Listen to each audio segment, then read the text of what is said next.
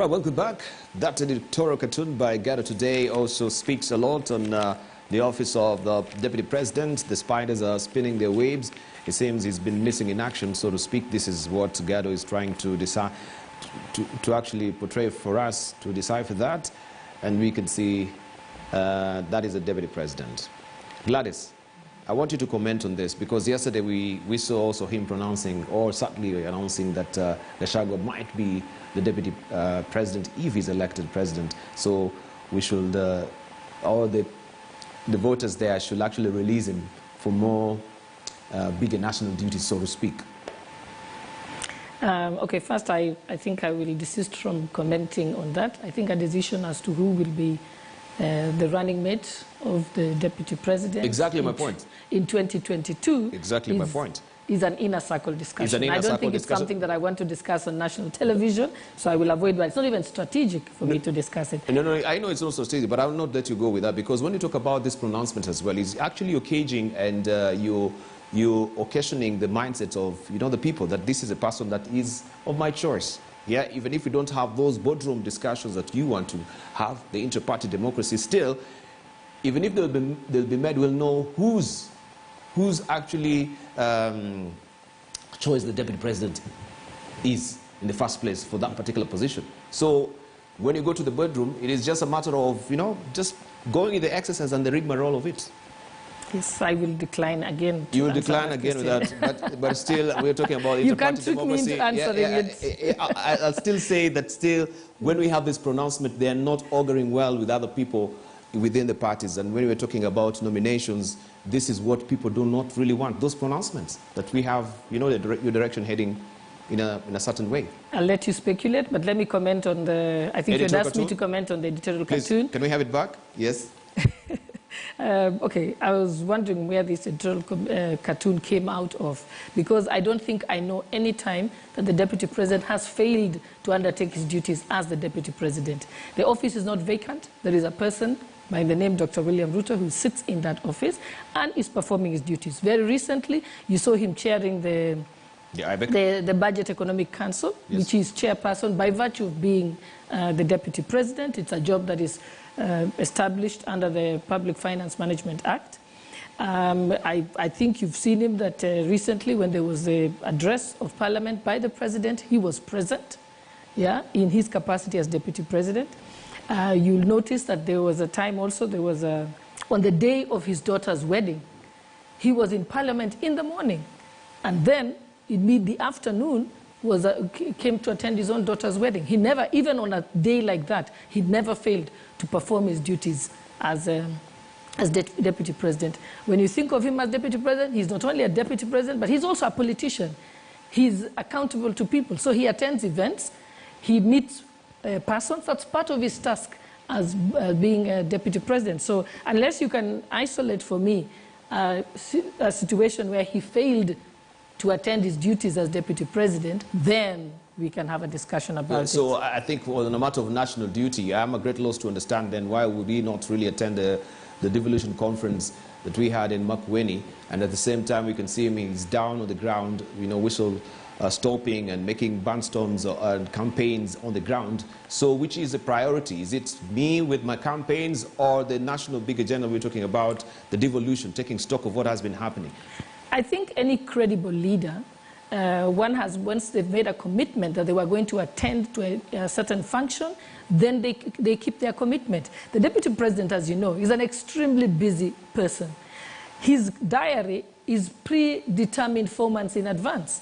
He did inform, upon receiving the invitation to the meeting of the Council of Governors, he did give them an apology 2 weeks before the event. He did tell them, I'm sorry, I already have something else scheduled, and which I had committed to by the time I received your invitation. And you must know that is not really cast in stone. No, that is not really cast in stone. We can actually change, because as a nation things morph, right? That you need to be pliable, very nimble as far as national duties are concerned.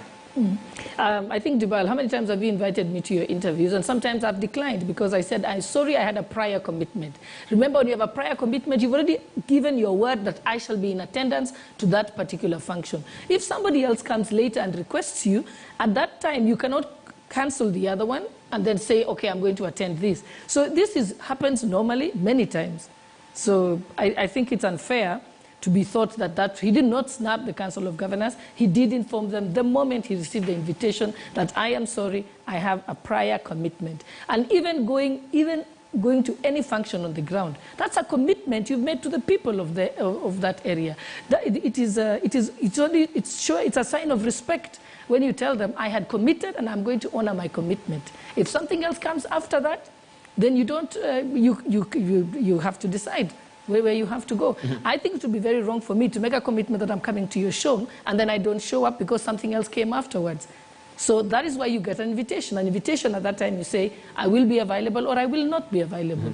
Yeah, so I think it's rather unfair to do that. How many times have even the president, on many occasions, he's supposed to be at an event and he cancels. I don't think it's... Thank you. I don't think it augurs that you... Thank you. Refuse to go or that you failed to go on duty. Okongo Mogini, what is your reaction? What have you deciphered from that particular editorial cartoon? I think the cartoon receives a lot, it speaks for itself. And there isn't much I can say, but remember that several times President Uhuru Kenyatta kept reminding Kenyans that let us not engage in early campaigns because that may negatively affect the discharge of the functions by the executive. And you know, the deputy president is part of the executive. I think that explains why that seat is empty, because the DP opted to engage in early campaigns. And I think it's not very healthy, Debal, because we cannot be a country that soon after elections we start campaigns 5 years in advance. That really affects on the delivery of services, and I think that's a conversation that we need to have. But in terms of the DP being a very busy person, I've also read on, I think there is a story on page 6. He was also expected yesterday to be in a fundraising in Nyamira. 30 churches were waiting for him, but if you read page 6, it's reported there, but the DP is a very busy person. The MP for West Mogrango is reporting that the DP schedule is tight and he will only be available to attend a function in March 2022. You know? So if you can tell 30 churches to wait for you in Nyamira for fundraising, and your representatives on the ground organize and tell people you are coming, and then you come and announce to them that you will not be available till March 2022, but you are seen in Nyeri campaigning, picking your running mate or proposing a possible running mate. I think that shows that that office is not giving priority to some, functions that should be more critical, more important than, like being in a development function in Nyamira is downgraded, but attending a political rally in Nyeri is given priority. I think it's not a very good message we are sending to Kenyans. So I hope going forward we can dedicate more time to service delivery than campaigning and follow the campaign calendar. I think we should start campaigning maybe 1 year to elections, but not 4 years to elections. Debate. Right. All right. Honorable Pogisio, your comment briefly on yes, the cartoon speaks for itself. If you mean the physical office where the deputy president operates from in Harambee Annex, it definitely must look like that. Because the deputy president is busy campaigning, and so if you wanted an appointment today in that office, you would definitely not make it. If you had an appointment, you wouldn't make it there. So I think just let's face it, on the face of it, that's a correct presentation of what that office looks like. It also speaks volumes about the difficult position of being a deputy president, and I think the decision by the current deputy president to just go and campaign speaks a lot about relationships. It speaks a lot about belligerence. It speaks a lot about just outright, decide not to care very much anymore.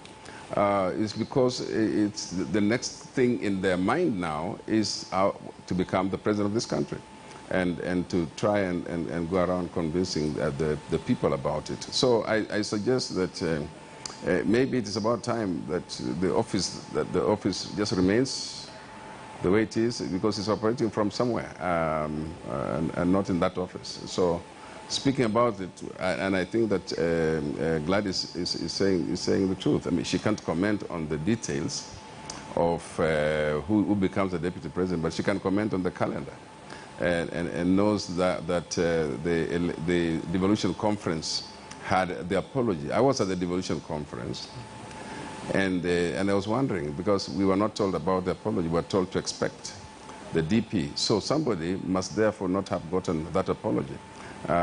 Somebody who was doing the program, or somebody who was the master of ceremonies at that time, because you should have been told that apology. But the last day, we were not told until someone else had to step in. So I'm just saying, it's a declaration that I have put a break here. I'm going forward to do my own things. All right. I think it's important if we just correct this fact. I think on the fundraiser that was in Nyamira, it's clearly stated in the same newspaper article that he did send Honorable Kimosi to represent him, and that he actually sent apologies, but also sent a representative. So I think it's unfair to say he skipped it. He still participated in the fundraiser, which was what his duty was at that time. All right, let me go back to Omogeni and ask, because Gladys has been playing, some fancy foots with that particular question of Gachagua being certainly mentioned by the president, by the deputy president, that yes, he is thinking of him as the deputy president, so he should be relieved of these other duties for more involving national duties, as it were. And this is a problem of inter-party democracy that we've always been talking about, especially when it comes to nominations, right? Okay, he's got the sole right to, appoint or point his finger towards who should be deputizing him, as it were. But what do you make of this particular pronouncement yesterday? First, you remember when we began the show, Gladys Sholay kept saying that ODM is not able to pick its presidential candidate. We have taken a very long time to choose who our candidate is.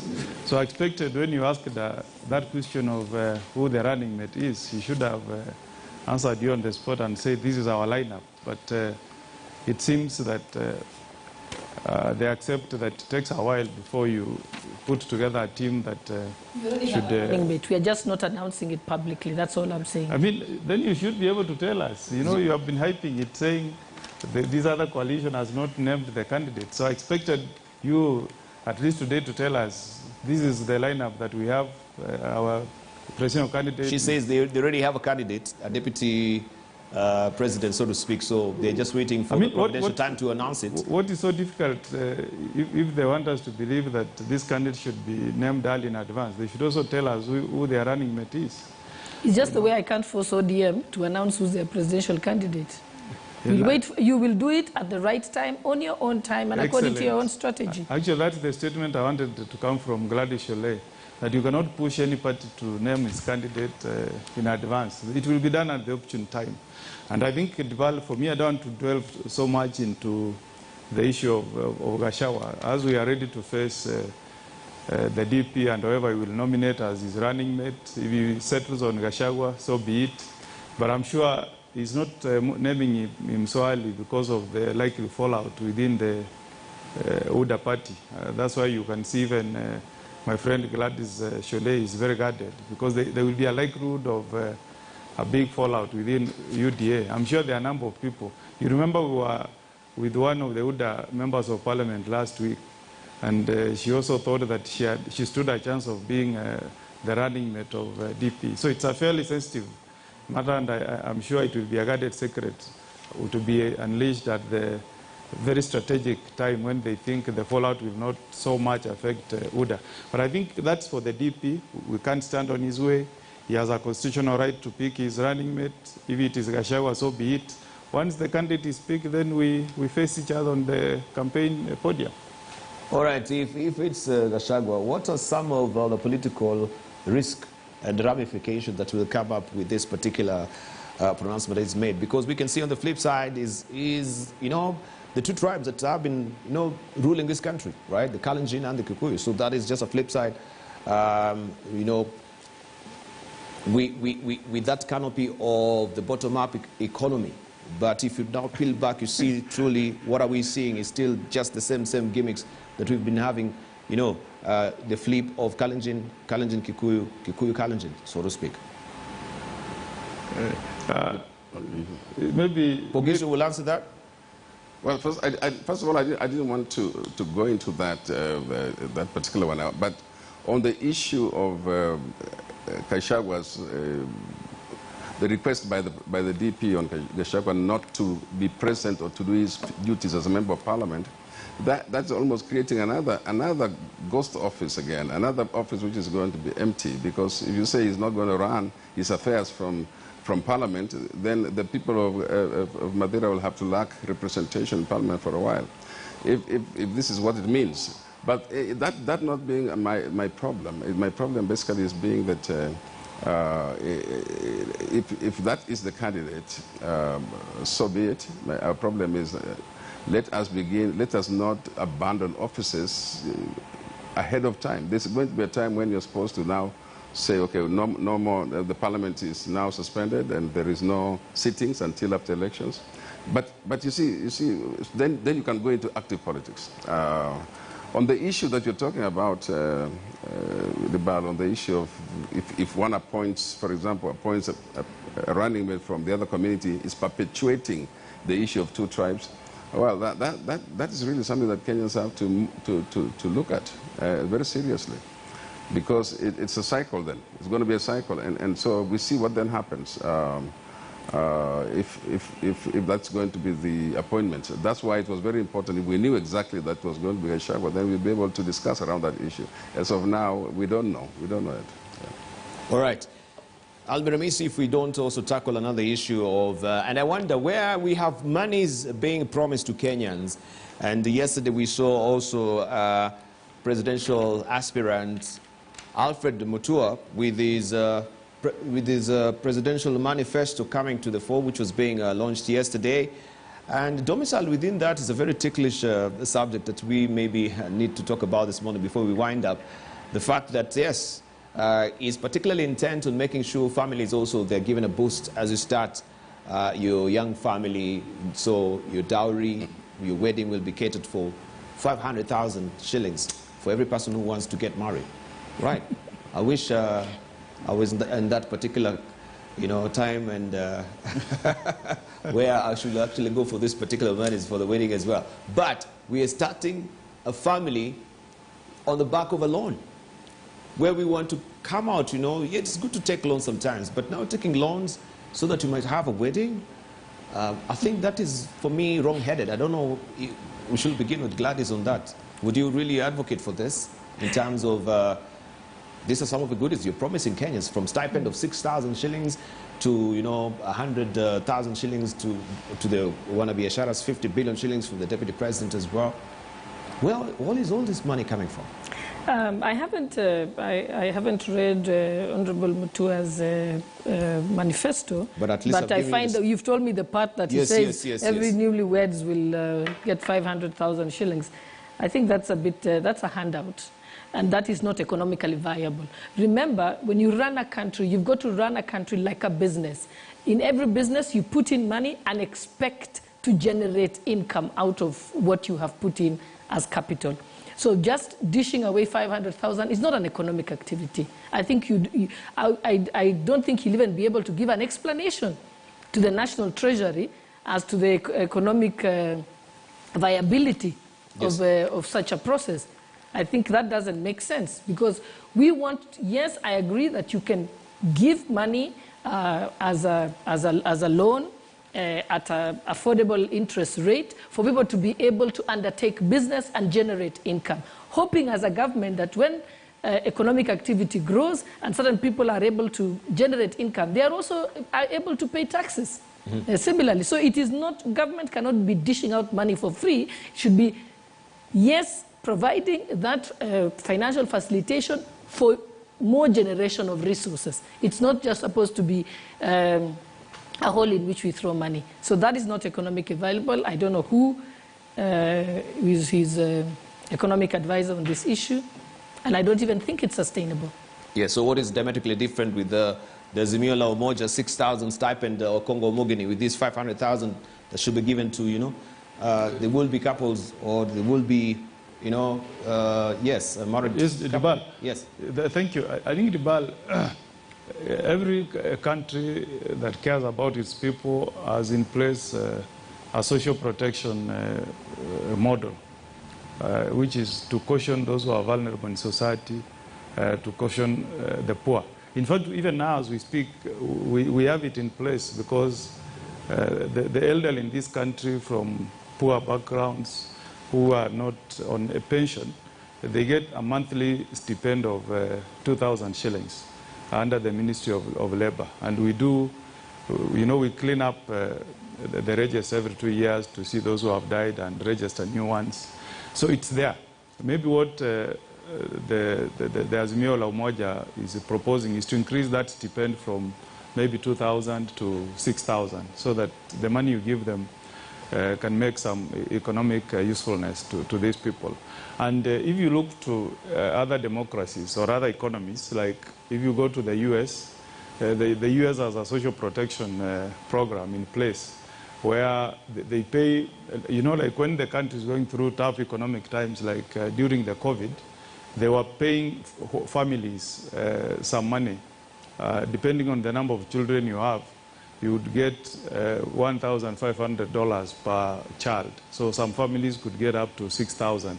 And this is meant to cushion families when there is economic hardship. You pay families so that they are able to make ends meet, you know.